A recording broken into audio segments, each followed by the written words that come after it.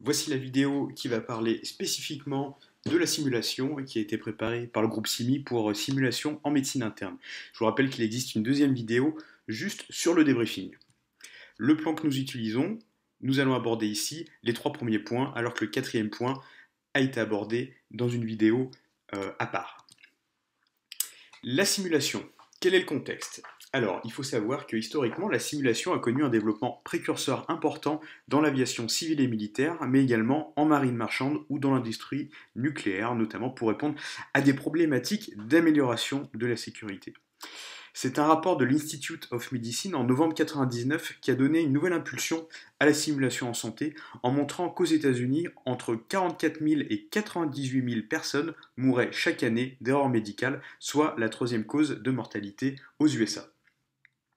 L'objectif en soi est de contrôler les risques liés aux soins pour les patients, mais également contrôler l'aspect sécurisé et encadré de l'enseignement pour les étudiants. La simulation elle aurait pour effet de diminuer l'anxiété des étudiants confrontés à la première fois chez un vrai patient, et d'un autre côté, c'est-à-dire de l'autre côté de la barrière, apaiser les patients qui ne se sentiraient plus comme des cobayes. La HAS donne une définition de la simulation, c'est l'utilisation d'un matériel comme un mannequin ou un simulateur procédural. Alors simulateur procédural, ce sont des simulateurs de gestes.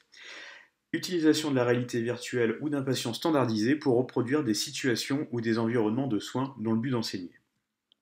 Les objectifs de la simulation, c'est recréer des scénarios ou des apprentissages techniques dans un centre de simulation ou directement à l'hôpital.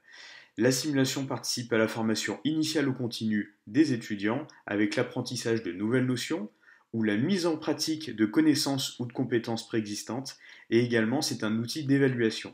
Elle permet de répondre à des objectifs pédagogiques clairs comme faire un geste technique, la mise en œuvre d'une procédure, tester le raisonnement clinique ou la gestion des risques et des comportements des personnels hospitaliers. Il y a différentes techniques de simulation. Voici un exemple concret basé de la littérature. Vous voyez qu'on estime qu'il y a 4 types de simulation. La simulation informatisée, comme la réalité virtuelle. La simulation patient, avec soit des patients qui jouent un rôle ou des acteurs. Ce sont l'exemple des jeux de rôle. La simulation procédurale, avec l'utilisation de simulateurs qui représentent juste une partie du corps pour faire un geste, pour les compétences techniques. Vous voyez par exemple ici, juste une tête d'intubation pour apprendre à intuber. Il peut y avoir des simulateurs juste de genoux pour apprendre à faire une ponction de genou. Et enfin, la simulation immersive, qu'on appelle aussi la simulation haute fidélité, c'est la plus connue, c'est celle qui utilise les mannequins pour mimer des situations d'urgence ou autres. Quand on mélange plusieurs types de simulation, on parle de simulation hybride. Alors, la simulation, c'est une pédagogie active.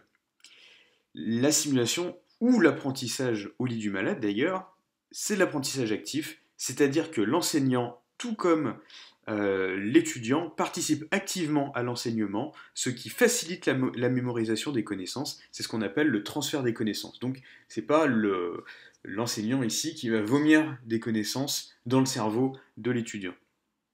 L'objectif, c'est que l'étudiant, en fait, il réfléchisse à son propre raisonnement clinique pour savoir s'il est bon ou non. C'est ce qu'on appelle une démarche réflexive intentionnelle. On résume ça dans cette diapo, cette démarche active. Le débriefing, qui est une partie de la simulation, va permettre un conflit cognitif en mettant en route cette démarche réflexive intentionnelle. Tout ça dans un milieu sécurisé pour tester les compétences techniques et non techniques des étudiants. Le déroulement du débriefing. Alors, il faut savoir qu'il y a plusieurs étapes. Tout d'abord, le briefing général qui permet d'énoncer le déroulement de la séance, mais surtout les objectifs de la séance. Donc, comme on vous le dira dans l'autre vidéo sur le débriefing, il est important de limiter et de cibler des objectifs pertinents et de ne pas multiplier les objectifs. Ensuite, un briefing rapide du cas clinique. Par exemple, vous allez dire à l'étudiant, dans 2 secondes, tu vas être interne aux urgences, tu vas rentrer dans le box numéro 3 pour aller voir Monsieur P, un patient de 52 ans qui a une dyspnée. Tu as avec toi un infirmier, un téléphone qui te permet d'appeler n'importe qui dans l'hôpital pour donner un avis. Voilà, donc c'est vraiment un briefing sur le cas clinique en lui-même. Ensuite vient la phase de simulation qui dure 10 à 15 minutes, alors que l'étudiant, une fois qu'on a fini, a l'impression que ça a duré 5 minutes, mais en moyenne ça dure 10 à 15 minutes, pas plus. Et ensuite vient la phase de débriefing qui dure entre 1,5 et 2 fois le temps de simulation, et c'est ce qui me permet de faire le lien avec la vidéo suivante sur le débriefing.